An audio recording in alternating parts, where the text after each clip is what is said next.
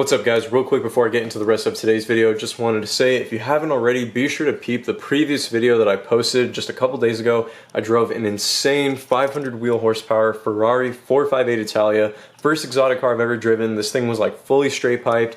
It was so much fun to film. I had such a great time. I put a lot of effort into the video, so it would mean a ton if you guys could watch it for me, and I definitely think you guys will enjoy it. It was a lot of fun to make, and I think it turned out really well. Also, one other thing that I wanted to tell you guys, I am in the process of creating a merch store for Simply Car Things, selling like accessories and apparel for BMW and stuff, and then hopefully I'll have my own branded stuff that says Simply Car Things. But I just wanted to let you guys in on that, but you know, that's not going to be coming out for a little while longer, but definitely wanted to keep you guys informed and up to date on what's going on with the channel.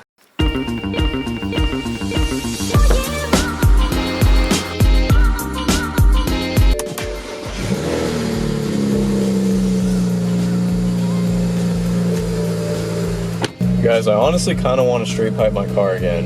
I miss that sound, I really do. It's too quiet right now.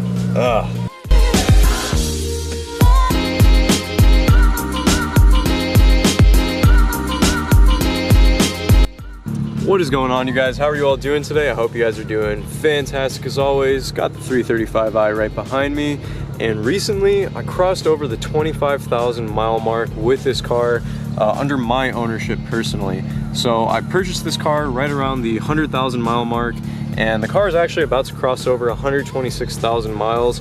So I figured I'd talk about the N54 motor 25,000 miles later from my own ownership experience, what I've had to replace, the problems that I've dealt with, things I like, things I don't like, and just give you guys an overall idea of what to expect with the N54, I guess.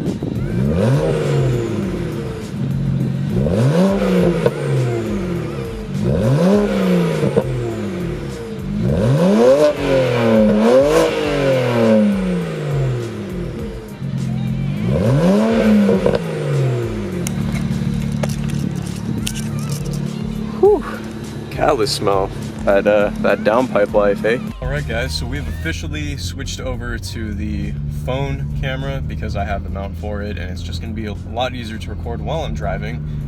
But 25,000 miles on the N54, roughly 25k. It's actually a little bit, it's actually close to 26,000 miles, but you know, same difference. Let's just get straight into it. What have I replaced on this car? So since my ownership of this car, picked it up right around 100,000 miles, and it's currently sitting at 125,937 miles as I am speaking.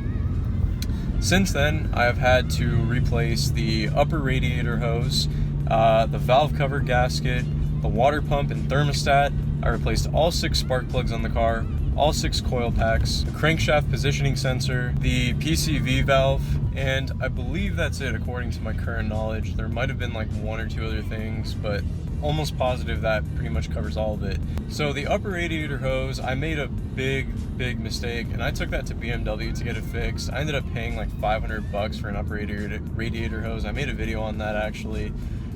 So that was like 500 bucks. The valve cover gasket, took that to my mechanic. That was 380 bucks.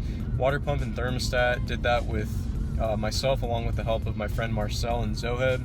That was $443 for the full kit for just the parts. Spark plugs were like 70 bucks. Coil packs were like 180 bucks. Crankshaft positioning sensor was like $84. So, you know, roughly speaking, we're looking at like $1,200 worth of maintenance, $1,300 or so, roughly around there.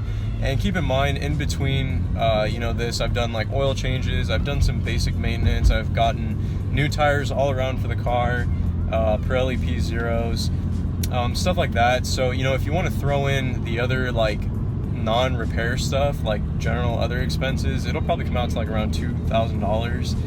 But that's in 25,000 miles. So granted, this is a higher mileage N54. I picked this one up at around 100,000 miles.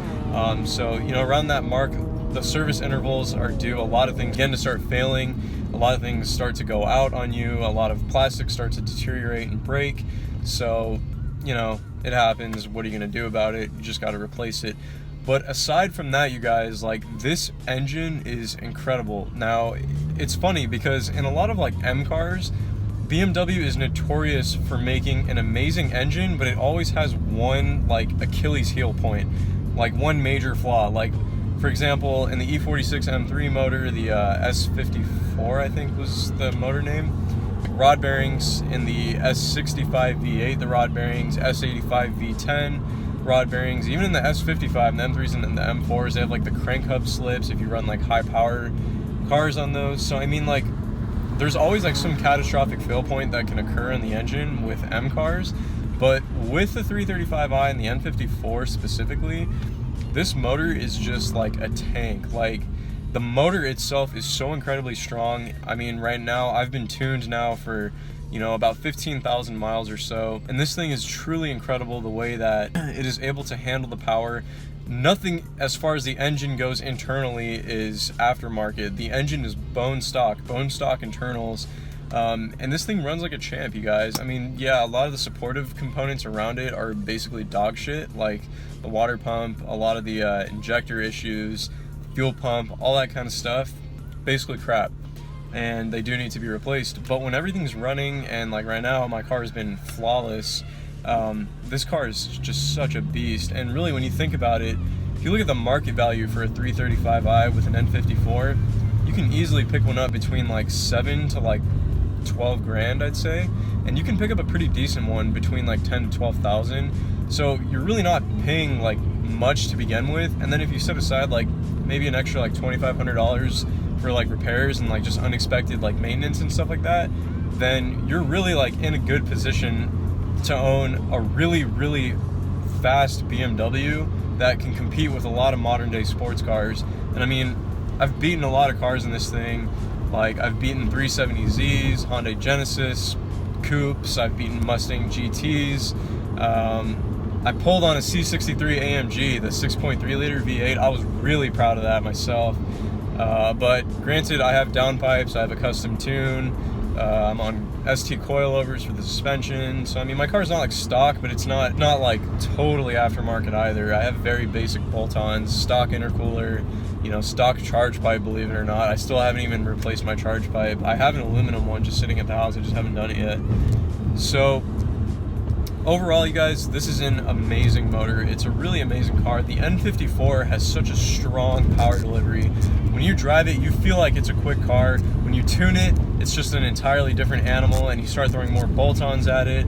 You know, I'm at the very beginning of the tuning phase of this car, and I don't really know how far I plan on going with it as far as tuning goes. I'm trying to save for an M car right now, in the near future.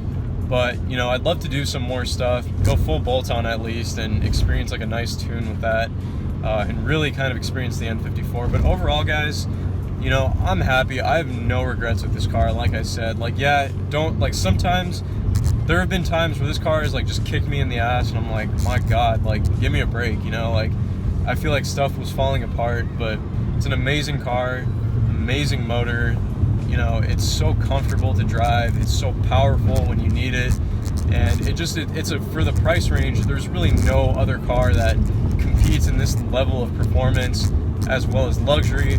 And you know, it can just cruise with cars that are worth so much more, and it's a timeless car, really, and it's a gem of an engine. So I don't mean to sound like a total like N54 like kiss ass suck up, but like, I really like this car. Like, 335i is my all-time favorite car. Like, no matter what, the 335 will always be like my complete favorite car.